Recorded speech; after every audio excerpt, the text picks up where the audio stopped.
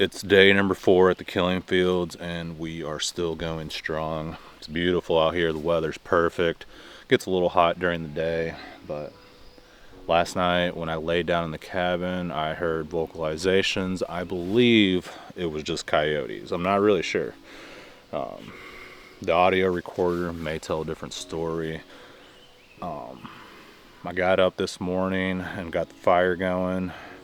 Got some breakfast rolling and my coffee, of course. And then I started looking around the camp at all the apples that I placed on all the stumps. And behind the cabin, all the apples were there. But on the other side, the apples are missing. Let me show you guys. It's really cool. It actually kind of blew my mind and lets me know that something is here. Could it be a possum, a raccoon, or the Sasquatch in the area? I'm thinking it's Sasquatch, but never know. Let me show you guys. So let me show you guys the apple that I put on day 1 is still there. And as you guys can see, there's another apple on that stump. On that one right there. I don't know if you guys can see that. And then basically all around the property, I'm not sure, I think I put a stump there, or I'm not sure, I think I put an apple on this stump right here in front of me. If I did, it's gone, but I should have counted them. I didn't do that before I started. But yeah, the apples on my side are all still there. But let me go to the other side of the campground. And I know 100% sure that I put an apple right here on this stump. And it is gone. I chose this stump because it's pretty flat and there's no way the apple would fall off. Remember, I was standing here yesterday and I said the Sasquatch would be able to see from deep down that holler. It doesn't look very deep on camera, but boy does that thing drop really deep down there. But the apple's gone. There is nothing around. It didn't fall off. Like I said, this thing's pretty leveled off and the apple is gone. So I thought to myself, okay, I put another apple on this side. There's another stump that's flat that I placed an apple on. See, I didn't put one on there because it would just roll off and fall. I want to be sure that they see it, but it would make sense because this side has not been logged. It hasn't been messed with. It's really deep, and that holler goes deep, deep, deep into the conservation area. So I came over here yesterday and I put an apple on this stump. I was thinking, you know, this is kind of a little bit further into the woods and it's gone. There's no apple around here. But yeah, something is in there. Is it a possum? Very high, I mean, it very well could be. It's highly likely. But are there Sasquatch here? Yes, there are. That definitely brought a smile on my face, and I enjoy seeing results and trying different tactics to try to entice the Sasquatch to come in closer. And not only do they take the apples and it's a sign that they were around, it's possible that they might leave gifts. They might vocalize more, and it's kind of a trade. And also it'll keep them from eating me, right? I doubt they would, but you never know. People say don't feed these things, but I've never had a bad experience with feeding them, or when I stopped feeding them. Like, I've never had an issue. Some people have, who knows? It's hard to say. Doesn't mean I won't have an issue in the future, but if anything, I feel like, I don't know, gifting them will keep them from harassing you. It's kind of a sign of respect. They are human-like. They do things that monkeys do, that primates do. I don't think they're human. I don't think they're a people. And I don't think they're simply just a primate. But they display behavior that's very similar to humans and very similar to primates. So what are they? They are Sasquatch. They're their own breed. I can't label them as a people because it's just not very similar to people. People can't live out in the woods without clothing, fire, and these things, they don't need a fire. They don't need clothes to survive. They can rip out that tree out of the ground. People can't do that. I'd like to see them try though. And also a primate, it would be caught by now. It would be in a zoo. So these things are something different. But yeah, hopefully they take more apples, we get more activity. I'm gonna join up with David a little bit later today, and we're gonna keep the research going. I'm not sure if other researchers are gonna show up. I invited them, and we'll see if they come out. Oh boy, this snake keeps coming out of the fire pit. Let's try to get a closer look. You stay. No. Dang it, Yowie. You screwed up, man.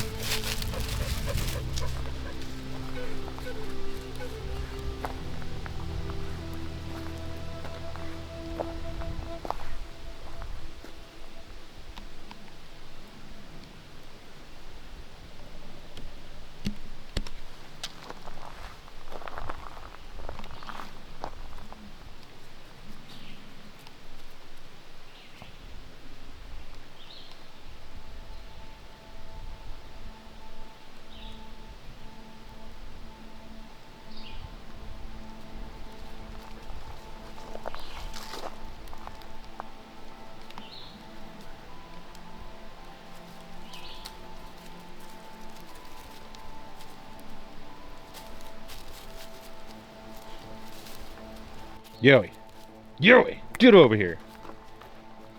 Jeez. Oh my god, it keeps coming out of the fire pit, and there's fire in there. I guess he's probably getting toasty. What is that? That was scary. What was that? All right, it's day number 4, and I'm starting to get worn down. My energy's running low, but I'm gonna keep going to see what happens. I want to figure out what's been taking the apples. And it seems like there's a game trail over there where the apples went missing. Earlier I saw this little deer walk across the road, and she was on the conservation area side, but a few minutes later there was a big coyote right after her. And yeah, we saw the coyote, and he took off after the coyote. Yeah, he was pretty big. So that tells me there's a game trail there, and I feel bad for that little deer that was being pursued by the coyote. But yeah, if there's game trail, the Sasquatch normally follow the game trails looking for food, and yeah, it makes sense why the apples went missing where they did. I took some apples from over here and put them over there because there's a ton of apples over there. None of them were taken, and all the apples on this side were taken, so I kind of put some over there. But I'm going to keep an eye on the stumps and make sure that the apples are still there. So let's go look, because we don't want to wait until tomorrow to check the stumps. I want to see if the apples are still there, because if they're coming up during the day, I want to know about it. All right, I'm going to drop down into the killing field, go and check on one of the GoPros and see if there's anything along the trails. I think potentially the animals could be moving with the heat, looking for a water source, and just trying to find a different area with a shady place within its boundaries. So, and I'm just getting tired of hanging around camp. It's kind of too hot to move. I was gonna take Yowie on a walk, but I'm like, that might be a bad idea. He needs the exercise, but we gotta remember he's a black color and he's covered in fur, so I don't want to push him to his limits. I think he's struggling just being at camp in the shade, so I don't know. Maybe I'll take him out for a walk later. I just want to see if he'll pick up on something or notice something that I don't. So this is the road that leads down to the upper killing field, and this is where I've been going at night. I wanted you guys to see what it looks like during the day, so you can kind of get a picture of what's going on at nighttime. And yeah, Adam was down around that bend, down that hill, sitting watching the killing field when that thing howled way up the driveway. And yeah, it looks like a jungle in here this time of year.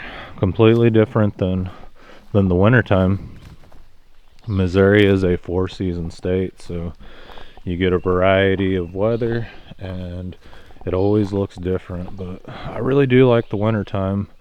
Fall and winter are just magical. I don't know why. You can just see really far into the woods. All the animals are moving, but summertime is nice too because everything's growing. Animals are having their babies, they're mating.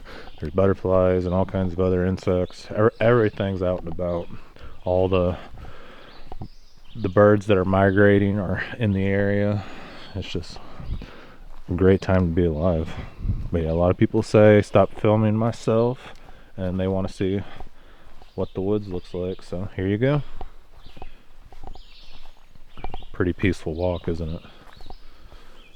I was hoping to see a Sasquatch just stand up and walk off into the woods. I think that's a strong possibility out here with all the trails.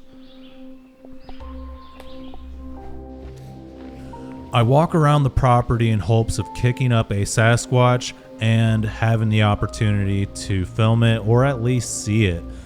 There's no better way of encountering Sasquatch than walking on the trails. If you walk through the deep woods, you're going to step on a lot of sticks, a lot of leaves, and you're going to make a ton of noise and spook everything out of the area.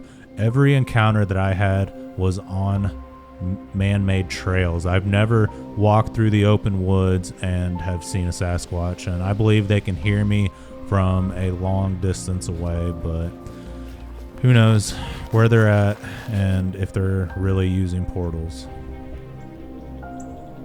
Let me feed him. Where's the burgers at? In his stomach. In his stomach. Are they cheeseburgers? But yeah. Okay. Wait. Or hamburgers? You know, cheeseburgers or hamburgers? I don't know. Okay. Here we go. You dropped one. I dropped one? Okay. Yeah. All right, here we go. Oink, oink, oink. Yum, yum, yum. Burger number 2. How big is this buck? 1, 2, 3, 4, 5, 6, 7, 8, 9, 10, 11, 12.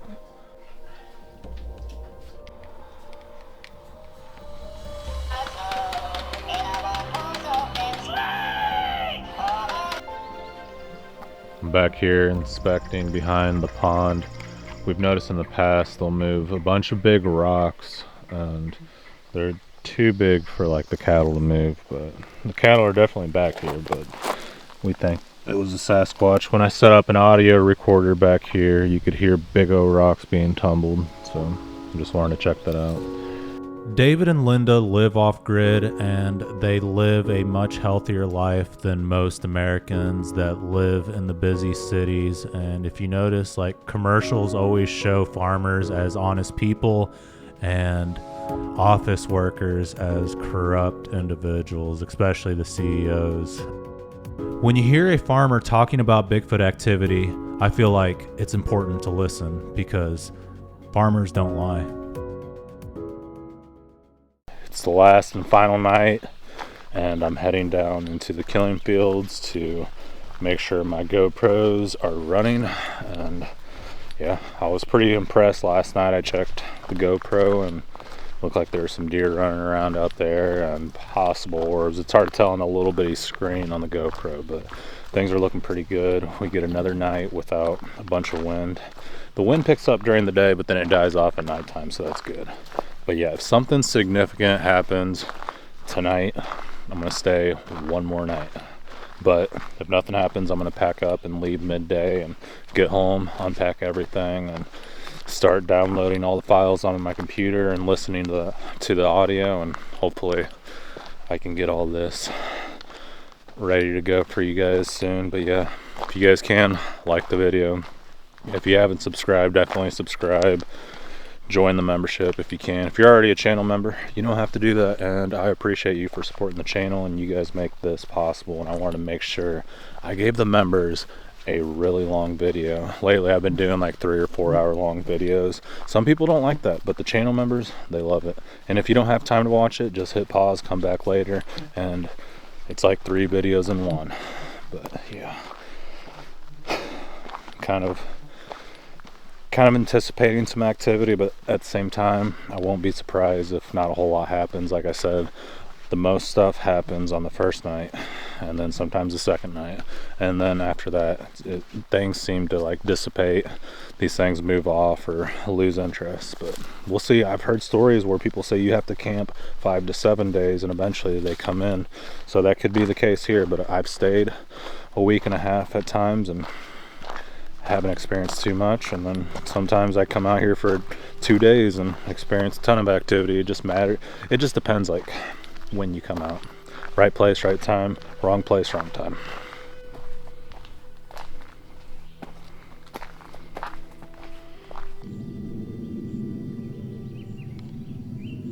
I think we'll get some action tonight.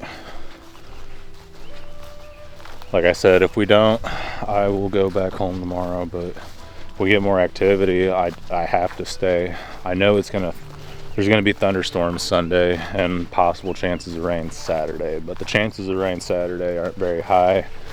And yeah, I don't know, I might stay tomorrow. I'm not really sure. I'm just kind of seeing what happens, going with the flow. Sometimes you just gotta pack up and go home, but in this case we've been getting a lot of activity, or I've been getting a lot of activity, so I really don't want to go home. And I don't know, I'm always alone at home editing videos, doing podcasts, and I don't know, it's nice to come out here and hang out with David. And all right, there's the main killing field. I've been researching right here in this field, which is still pretty big, but as you guys can see, there's a creek and like a little tree line, a thin tree line that divides both of the fields. Let's look into the field and see if there's any deer in there. I can't tell from here. I think I see one. Pretty big field.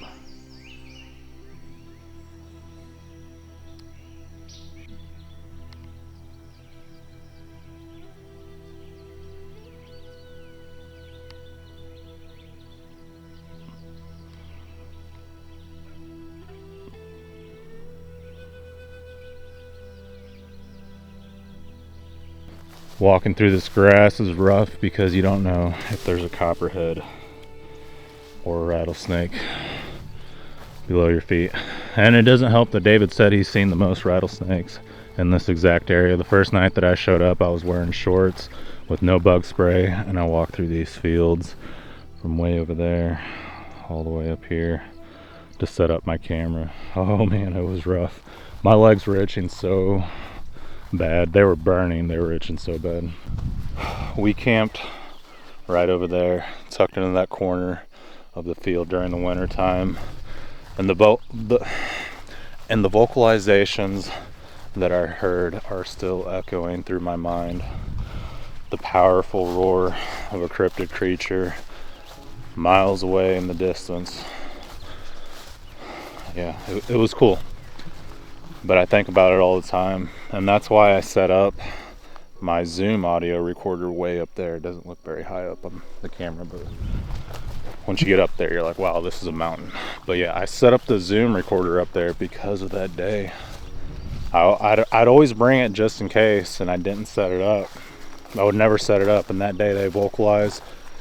I threw all that stuff in my bag, the recorder, the mics, the battery, the cables, and just ran up that mountain in hopes of recording more. And I did. I recorded a few vocalizations, a few vocals since I've camped down here in the Killing Fields. But it makes me wonder, is this spot more active or the campground? Because they did push over that tree at the campground, so I don't know. I'll just take what I can get, I guess. And me and Jansen, my friend Jansen, we found some tracks in the watering hole.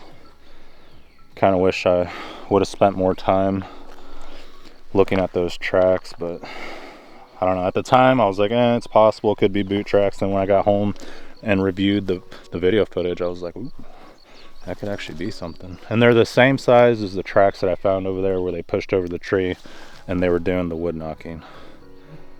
It's a lot hotter than what I thought. I hope David comes back up to the campground.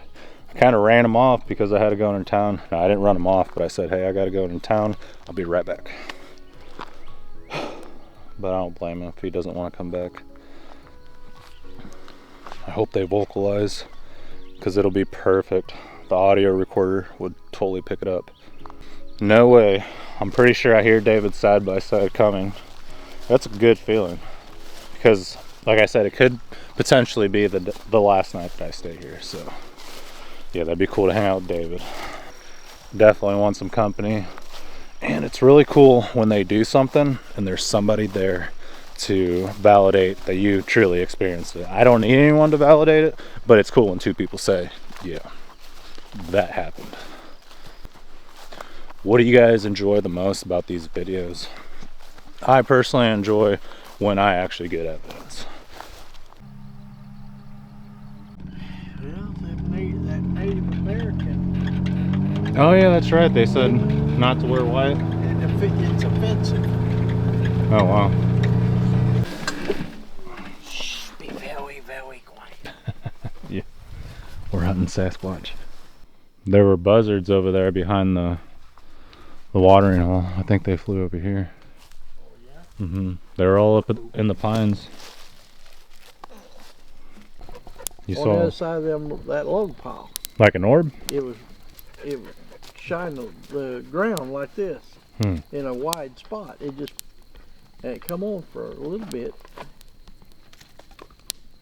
I mean, it stayed on for just a little bit, but it was red. Well, we've seen that before. Well, they might show up if we're seeing lights. I'm just gonna record. Alright, as soon as I hit record, I heard a strange sound. I'm pretty sure it was an owl, but it did sound a little weird. Yeah, tonight I'm still at the killing fields, and I'm not here to make any claims. I'm just here to observe. I've heard strange whistles, strange vocalizations. We've 100% sure have seen balls of light. Earlier David saw a red flash, which I've seen that before, and it happened right there where the apples are, so that's pretty weird. I have noticed that when the orbs appear, we start experiencing strange activity. And again, I'm not making any claims. I want you guys to be educated as to what's out there and what other people are experiencing. If you were out here, you witnessed it with me, you would definitely agree. And I brought other people out here and they've experienced things with me and they agree. What I see and what I hear is not fabricated, and I wouldn't say anything if it wasn't outstanding. Obviously, like strange impressions in the ground, broken trees, that's just, I don't know. That's just me wondering if it was them. By no means am I saying it is Bigfoot, other than the perfect tree structures I've shown in the past and what I call Sasquatch tree structure areas. But when I find just an isolated tree broken, something twisted, like, who knows? Who knows if it was them? Yeah, that's definitely an owl. Cool. Because we have not heard any coyotes, any owls, nothing tonight. Earlier it was like dead quiet. There wasn't even bugs going, no tree frogs, no whippoorwills. And as soon as I mentioned that to David, the whippoorwills started going off, but then it stopped. And I told him I was thinking possibly maybe there's a dog man roaming through the woods around here. Maybe there's a pack of them, because it is weird that there's like no bugs. There is now, but earlier it was just dead silent. Just unusual for the Missouri woods this time of year, especially in June. But yeah, if the bugs stop again, maybe that'll be a cue that something's here. I am curious as to what's been taking the apples, and are they going to disappear again in the morning time? I just picture a big black hand grabbing those apples and then making its way down to the woods. But it could have been a possum, maybe a raccoon. It's hard to say, right? But what I told David was, usually they don't take the apples or any of the food until we leave. Like, I've noticed the food remains there the entire time I'm here, and then when I come back, let's say a week later, everything's gone. Rightfully so, though. There's a lot of animals around here, but I told David they are taking the food while I'm still here. That's good, because the first couple days I was here, and that apple's still there.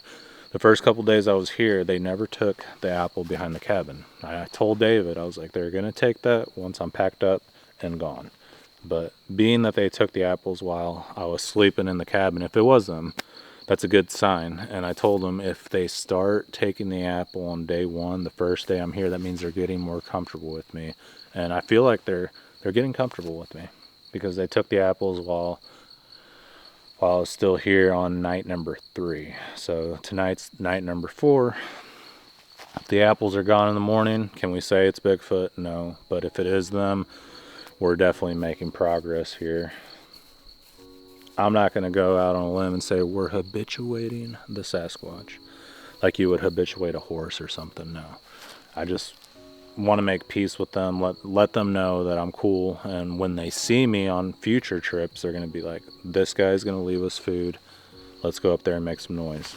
They'll get excited when they see me. That's the goal.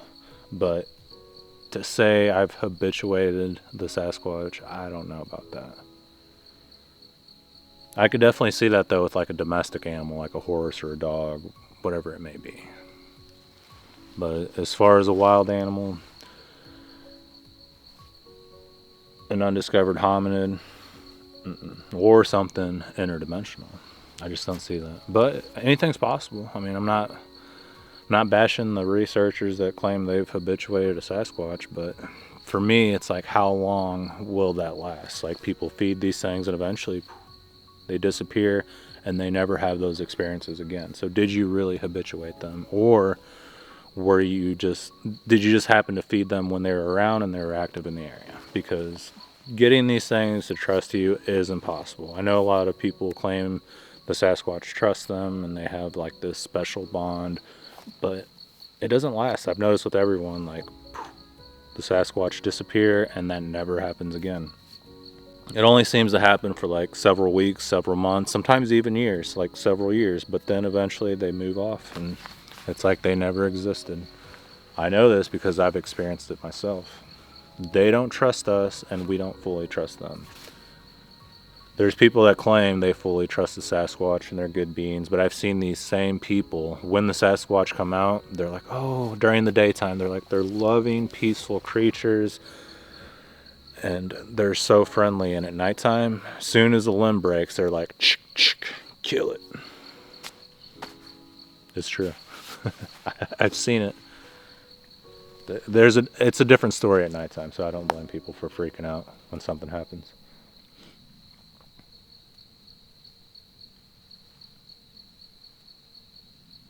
But yeah, David left. He went back to his house. He said it's bedtime.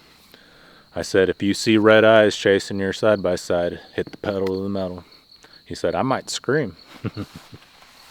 It's really quiet outside, and sometimes the silence is louder than the noise, and that's a sign that something could be around. What are your thoughts about the silence, the eeriness out in the woods? Do you think it's something we need to pay attention to? Because at nighttime, your senses are enhanced and your hearing takes over, because your vision is not your top sense per se. I mean, all I see is black, and kind of I can see the sky through the trees a little bit, but other than that, everything's pitch black. It's like I'm in a deep lake at nighttime swimming. Like, that's kind of what it's like. That's kind of like what it feels like when I'm out here in the woods. What do you pay attention to at night? A lot of people ask me what I'm looking for when I'm out here at nighttime, and I'm not necessarily waiting for a creature just to jump out and say, here I am. I'm looking for patterns. I'm listening for wood knocks. I'm listening for strange vocalizations that I just can't identify, and I'm looking for these patterns that seem to repeat, and I'm paying attention to the wildlife and their behavior and how it coincides with what I'm experiencing. For example, if David's cattle aren't out in the fields like they usually are, and they're all huddled up around his house, and all the deer have just kind of disappeared, that's something to pay attention to. If Yowie's looking into the wood line and he's barking and he keeps looking in the same direction, I know that something's there. And yeah, I'm listening for little stick breaks, limb breaks, and even huge trees being pushed over in the distance, balls of light, and footsteps. That tells me that something's around. Sometimes when there's nothing, there may be something big lurking in the darkness. So I got a question for all the viewers. What would make you leave the woods? Would it be a strange vocalization that you can't identify? Would it be Dogman, a crawler, a rake, the Ozark howler, a hellhound? What would make you leave the woods and never return again? Is there something that you just absolutely would not want to experience? I know a lot of people out there say, I want to see a Bigfoot, I want to hear a wood knock, I want to experience some activity, so I can know if all these stories that people have been telling are actually true. But if you experience something that would make you leave, what would it be? I know one thing, if a huge UFO hovered over the campsite and like a big beam came down, that might get me to leave the area. But also if I saw multiple dogman creatures surrounding my camp, I don't know if I'd come back. I told David, or I asked David when he was up here, I said, what would you do if when you came here in the morning I was missing, never found again, and all you found were my shoes sitting next to my chair and my clothes folded nice and neatly in my chair? What would you do? He said, well, I'd hope you'd leave the keys to your new truck. No, but David tells me all the time, I don't know what I'd do if something happened to you. But yeah, he shouldn't feel responsible for me. I'm a grown-ass man, and I chose to come out here. And there's no one in my family that would hold him accountable if something happened to me, because it was my own decision to come out here. It's a passion of mine to do cryptid research. And yeah, if something happened to me, it's nobody's fault but my own. It's my own damn fault. Hopefully it doesn't come to that point, but I do wonder when I'm out here alone. People say talk to the Sasquatch, so I've done this before on other videos. If you guys are out there, can you wood knock? These apples are for you guys if you want them. They say you can sense our intentions. I think that's true, because Yowie knows when he's in trouble. I don't have to do anything. If he's doing something I don't like, he already knows. I'm like, come here, and he takes off running. He's like, nope, I'm in trouble. If he sees me grab the perimeter remote, he automatically starts acting good. He just knows. I don't even have to grab the remote. I just have to think, I think I'm gonna grab that remote, and he's already like laying down. He can definitely sense my intentions. If I'm not happy, if I'm not feeling good. I think horses are the same way. Oh wow, there's some strange lights floating around. People call them satellites, but there was like 3 of them and they're all going in different directions. Who knows? Can you guys vocalize while I'm recording? That'd be awesome. You guys have done it before, or something did. Dang, it sounded like something was galloping down there. That was kind of scary. Like, kind of like loud thumps.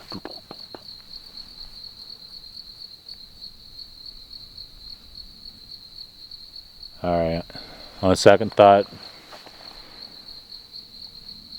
I don't know if I want you guys to vocalize. Go do it by my audio recorders. They're about half a mile, if not more away. 3/4 of a mile away. Go do it over there. One thing I'm thinking about doing is bringing a fan out camping with me. Not necessarily here. I'm not sure if Dave would be cool with that, but if you want to go camping with Sasquatch Theory and do an investigation with me, what you need to do is send me a 10 to 15 minute video of who you are and why you want to come out here with me, and give me your story. I want to hear your story, what you've been through, and I will select one person to come out in the field with me, and I will provide a tent for you, a chair, food, and we'll utilize the gear that I have. So if you want to come out with Sasquatch Theory, email me a link with a video, or send a video of who you are and what you've been through and why you want to come out in the field looking for Sasquatch. And I will select one person.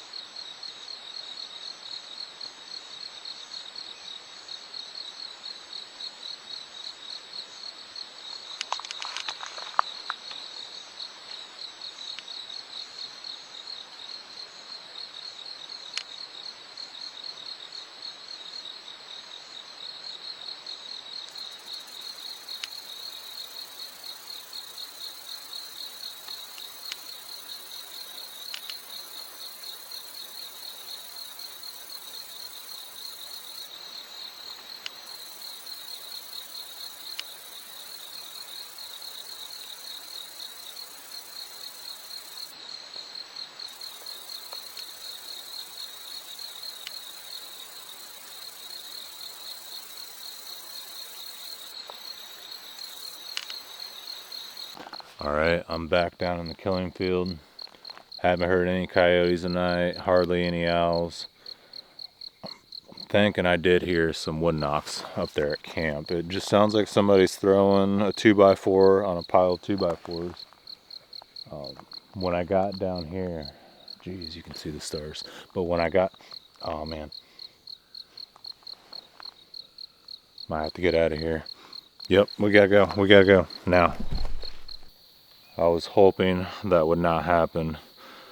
But yeah, when I got down there, there was a possum fighting a skunk. And I watched the skunk move off, and as soon as I set up my... Oh shoot.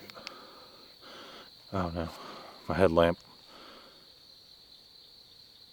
is going off, something big's moving. Let me finish my story. Okay, so the... Oh no. The possum was fighting the skunk, and I watched the skunk moving through the field. I set up my tripod. As soon as I started talking, that skunk sprayed. Oh man, dang it. Now I smell like a skunk. It's kind of cool to see a... This is weird. Something's moving towards me. My light's failing. I don't know what that is. Something big's over there. Or not big, but there's an animal over there. Dang, that sucks. I came all the way down here just to get sprayed by a skunk. Man, this sucks. I didn't think he'd spray, but I guess my voice spooked him. Dang it. I don't know if it was my voice. He must have sprayed that possum that was attacking him. And I didn't smell it till a few minutes later. I don't know. Dang. But yeah, anyways, when I was up at camp, I was hearing wood knocks. When I got halfway down here, this is weird. This is why I think we're living in the Matrix. I thought to myself, that would suck if my headlamp quit working and it just went off. Another reason I think we're living in the Matrix is because I thought about telling David, I have not seen a snake the entire time I've been researching here, all the years that I've been researching. I haven't ran into a snake, knock on wood. I was like, no, don't tell David that, because as soon as you do, you're going to see a snake. So that day I didn't say anything, and I've thought about it before, and I was like, no, don't say anything, you'll manifest it. But today, I was telling David, ooh, that's a weird smell. I was telling David, yep, I haven't seen a snake the entire time I've been here. I kid you not, up at camp, I'm standing by the fire and this big snake comes out of the fire pit. And he's raised up like a king cobra. And I was like, see, that's why you don't talk about things. Like, you can say, I've never been pulled over. I've never been pulled over in this vehicle. And all of a sudden, you get pulled over. You look in your mirror and there's a cop right behind you pulling you over. I've had that happen before. And yeah, I think it's the same with the cryptids. That's why the Native Americans said don't talk about cryptids and other things because they'll show up. And I've had many experiences like that where all of a sudden I'm talking about cryptids and they show up. It's almost like you manifest your own reality. Maybe that's why the Bible talks about having faith, believing, because if you believe, you bring out those beliefs. So if you believe you're a piece of crap, you're never going anywhere in your life, that might just happen.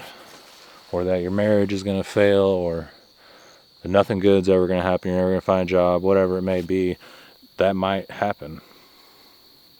I don't know, I've tried to think positive and it doesn't seem to work. It's like it has to be natural. Like you can't think, ooh, I want to see a Bigfoot. If I talk about Bigfoot, it's going to happen. No, like it has to be natural. Like you're just outside chilling with your friends and you just naturally start talking about Bigfoot. The conversation comes up and then they show up. But you can't like stage what I'm talking about. Like, let's see, if I talk about getting pulled over, I'm going to get pulled over. That's not how it works. It has to be like natural. Somehow you project the energy, the thought in your mind, and it happens. You can't stage it. You can't fake it. Yeah, that sucks. We walked a good distance just to get sprayed by a skunk. It's after midnight. Not a whole lot has happened tonight, and it's been one of the most dead nights I've had in a long while. And yeah, that's how research goes. Typically, this is exactly how it is. Not a whole lot's going on. The woods is as it should be, and who knows? Maybe something will come up when I'm in the cabin sleeping. But yeah, I think I'm gonna call it after tonight. And it got humid again. It's supposed to be even more humid tomorrow, so I got plenty of things to go through. A lot of audio, a lot of video footage, and yeah, I'm just blessed I was able to come out here. We'll see if the apples disappear in the morning. We'll see if something comes up and starts banging on the cabin. Who knows? But most likely it's just going to be a regular night, but you never know. I always sleep with my camera right next to my cot. I have my camera, my pew-pew, and my thermal device just in case something happens, and my headlamp and my shoes. So I got everything there in case I got to jump up and film something, or if things get even more serious than that. We did hear some wood knocks, strange whistles. We definitely saw the orb on the center ridge, and we heard the hyena laughter and some other possible vocalizations that I can't identify, and I'm gonna have to listen to it on the audio recorder to fully know what was around in the area. And yeah, appreciate you guys for watching. All right, we survived the last night. At least I did. Yeah, he's tired.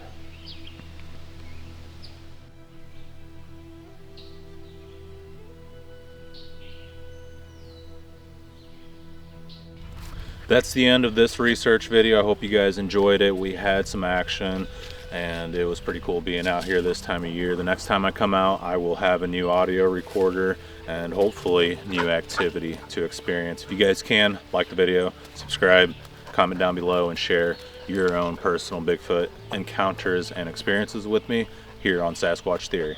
Until the next one, you guys be safe out in the woods.